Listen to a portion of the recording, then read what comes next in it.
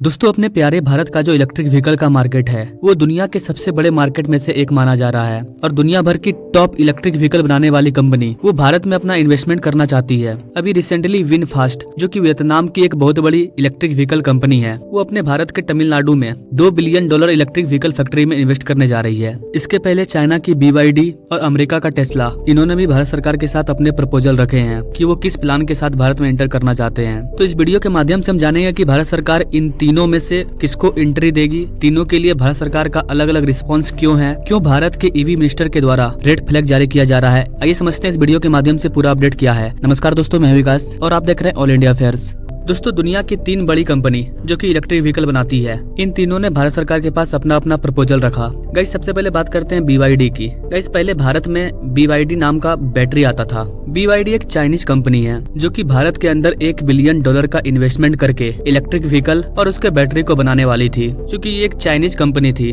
तो भारत सरकार ने कहा कि चाइना की कंपनी आएगी तो हमारा नेचर अनसिक्योर हो जाएगा और चाइना हमारा दुश्मन भी है, तो BYD का पत्ता कट गया। कुछ एक्सपर्ट्स का मानना है कि भारत ने यहाँ पर थोड़ा सा गलती किया है, क्योंकि BYD बैटरी के मामले में काफी आगे है। भारत में जो टोयोटा वगैरह कार है उसके साथ ऑलरेडी इसका बॉन्ड वगैरह है और ये भारत में लिथियम बैटरी के साथ साथ कई बैटरी को भी सप्लाई करती थी। गाइस, आप सभी जानते हैं कि चाइना को लेकर के भारत सरकार का क्या सब्सटेंस है। भारत सरकार कभी भी चाइनीज कंपनी का प्रपोजल एक्सेप्ट नहीं करेगी, क्योंकि भारत सरकार चाहती है कि हम चाइनीज चीजों का यूज कम से कम करें। तो नई कंपनी को बुलाने का यहाँ पर सवाल ही नहीं उठता है। अब बच गए 2, टेस्ला और वियतनाम की विनफास्ट। टेस्ला का कहना था कि हम $2 बिलियन भारत के अंदर इन्वेस्टमेंट करना चाहते हैं, लेकिन भारत में इम्पोर्ट ड्यूटी काफी ज्यादा है। भारत के इम्पोर्ट ड्यूटी के अकॉर्डिंग अगर बनी बनाई कार भारत के अंदर आती है जिसकी कीमत $40,000 है, तो भारत सरकार उस पर इम्पोर्ट ड्यूटी 100% लगाएगी। अगर वो कार $40,000 से कम की है तो उस पर 60% की इम्पोर्ट ड्यूटी लगेगी। मतलब समझ रहे हो आप, अगर वो कार 1 लाख की है तो 2 लाख 2.5 लाख में वो कार बिकेगी। इतना का इम्पोर्ट ड्यूटी लग रहा है यहाँ पर। इतना इम्पोर्ट ड्यूटी लगाने का सरकार का एक ही रीजन है कि हम चाहते हैं कि आप हमारे घर में आइए, मतलब हमारे भारत में आइए, यहाँ पर कंपनी को स्टेब्लिश करके यहाँ पर बनाइए। दूसरे देशों से कार को बना करके मत लाइए। आप अगर यहाँ पर बनाइएगा तो हमारे लोगों को रोजगार भी मिलेगा, अदरवाइज हम आपके चीजों को भारत में क्यों बेचें। इसलिए सरकार यहाँ पर इम्पोर्ट ड्यूटी ज्यादा लेती है। तो टेस्ला का यही कहना है कि हम भारत में तभी इंटर कर पाएंगे जब वहाँ की इम्पोर्ट ड्यूटी कम होगी। लेकिन 2023 के शुरुआती दौर में भारत सरकार के द्वारा इसे मना कर दिया गया था। उसके बाद फिर बाद में PM मोदी एलोन मस्क से मिलने गए थे। PM मोदी ने कहा था बहुत जल्द टेस्ला भारत में आएगा और जनवरी 2024 में इन्होंने अपना पूरा प्रपोजल भारत सरकार के सामने रखा। तो टेस्ला और भारत सरकार के बीच में बहुत सारे अपडेट आते हैं जिस पर मैं बार बार वीडियो लाते रहता हूँ। कई सारे वीडियो हैं, 1-2 का मैं लिंक भी डाल दूंगा डिस्क्रिप्शन में, जिसमें मैंने खुल करके बताया है कि कैसे टेस्ला $30 बिलियन का प्लान बना रही है भारत में प्लान सेटअप करने का। तो पूरा डिटेल है, आप जाकर के देख सकते हैं, डिस्क्रिप्शन में उसका लिंक दिया हुआ है। लेकिन अभी की लेटेस्ट अपडेट की बात करें तो अभी भी टेस्ला और भारत सरकार के बीच में बातचीत चली रही है और जहाँ तक मुझे लगता है ये बातचीत तब तक चलती रहेगी जब तक दोनों देशों में इलेक्शन नहीं हो जाता है, क्योंकि अमेरिका में भी इलेक्शन है और भारत में भी इलेक्शन है और ये बड़ी कंपनियां हैं, तो ये इलेक्शन के रिजल्ट के आने का वेट कर रही है। क्यों कर रही है, इन सब चीजों को मैंने उन वीडियो में बताया है ना। अगर बात करें वियतनाम के विनफास्ट की, वियतनाम को इम्पोर्ट ड्यूटी से कोई लेना देना नहीं था, क्योंकि इन्होंने भारत सरकार के स्कीम, लिंक, इंसेंटिव वगैरह का फायदा उठाया और कहा कि हम भारत के अंदर फैक्ट्री खोल देंगे। तो भारत सरकार क्लियर कर चुकी है कि आप अगर भारत में आकर के फैक्ट्री खोलते हो तो हम आपसे इम्पोर्ट ना के बराबर लेंगे, क्योंकि आप अपनी कार का प्रोडक्शन भारत में ही कर रहे हो। लेकिन फैक्ट्री खोलने के बाद अब ये टेस्ला वाली बात कर रहे हैं कि नहीं, इम्पोर्ट ड्यूटी कम होना चाहिए। गाइस, विनफास्ट वियतनाम की एक टॉप कंपनी है इलेक्ट्रिक व्हीकल के मामले में और इसने भारत के अंदर ऑलरेडी निवेश कर दिया है। टेस्ला ने किया नहीं है, टेस्ला करने वाली है और विनफास्ट ने कर दिया है। लेकिन BYD करने वाली थी, उसका पत्ता कट चुका है। BYD भारत में नहीं आ रही है, तो मोस्ट प्रोबेबली चांस है विनफास्ट और टेस्ला दोनों भारत में आएंगे। टेस्ला आने की तैयारी कर रहा है, विनफास्ट आ चुकी है। तो ये सारी बातें सरकार और कंपनी के बीच में होती रहती है। फाइनल रिजल्ट जब आएगा वो तो मैं बता ही दूंगा। अब यहाँ पर सबसे बड़ा सवाल आता है कि ये सारी कार कंपनियां भारत में अपना इन्वेस्टमेंट क्यों करना चाहती है। वैसे इसका एक ही रीजन है, India is now growing country और भारत का जो मार्केट है वो काफी ज्यादा बड़ा है। भारत दुनिया का सबसे पॉपुलेशन वाला देश बन चुका है, तो जाहिर सी बात है कि ज्यादा पॉपुलेशन है तो यहाँ हर चीज की मांग ज्यादा होगी। अब इलेक्ट्रिक व्हीकल को समझिए, 2022 में भारत के अंदर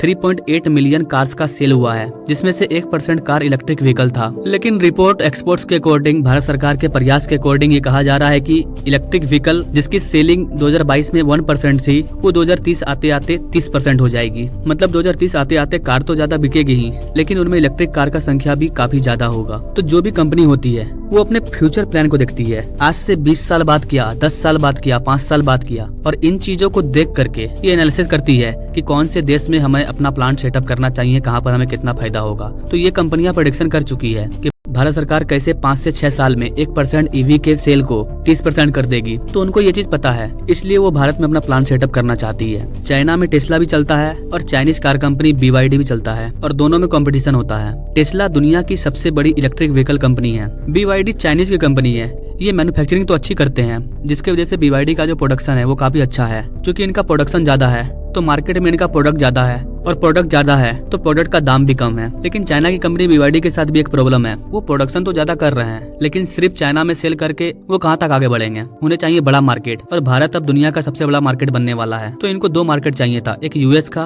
और एक भारत का। भारत से तो हमने निकाल दिया, हो सकता है बहुत जल्द US भी निकाल दे, क्योंकि US चाइनीज चीजों पर बैन लगा रहा है। तो ओवरऑल देखा जाए तो टेस्ला आने की कोशिश कर रही है, BYD का पत्ता कट गया, और बीच में फायदा उठा रही है विनफास्ट। वो इंडियन मार्केट में अपनी पकड़ को बढ़ाती जा रही है। दुनिया की जितनी भी कंपनी है वो एक ही चीज चाहती है कि वो जो भी प्रोडक्ट बना रही है उसका कम से कम कॉस्ट आए, और कम से कम कॉस्ट तभी आएगा जब वो सस्ते लेबर कॉस्ट पर अपने चीजों का प्रोडक्शन करेगी। क्योंकि अगर क्वालिटी कम करती है तो फिर मार्केट में उसके प्रोडक्ट का वैल्यू नहीं होगा, तो वो क्वालिटी के साथ कंपेयर नहीं कर सकती है। लेकिन उस प्रोडक्ट को बनाने में जो खर्चा आ रहा है उस खर्चे को अगर कम कर दे तो उसको ज्यादा से ज्यादा प्रॉफिट होगा और वो आगे ग्रो कर जाएगी। तो भारत का मार्केट अभी पूरी दुनिया की कंपनी के लिए चाइना के बाद एक बहुत बड़ा अल्टरनेटिव बनकर के खड़ा हुआ है, और चाइना से कई कंपनियां निकल करके भारत आ रही है। क्योंकि भारत का जो मार्केट है वो अभी सस्ता है, अपने भारत के प्रोडक्ट का मैन्युफैक्चरिंग कॉस्ट काफी कम है। तो आने वाले 10-15 साल भारत के पास एक अच्छा मौका है कि हम दुनिया के बड़े बड़े कंपनियों को अपने तरफ अट्रैक्ट करें, और अगर ऐसा होता है तो इंडियन मार्केट ग्रो कर जाएगा। चाइना भी यही सब नियम की वजह से आगे बढ़ा है, लेकिन अब चाइना की ग्रोथ रुक चुकी है, वो रफ्तार नहीं रहा चाइना में। अब वक्त है भारत का।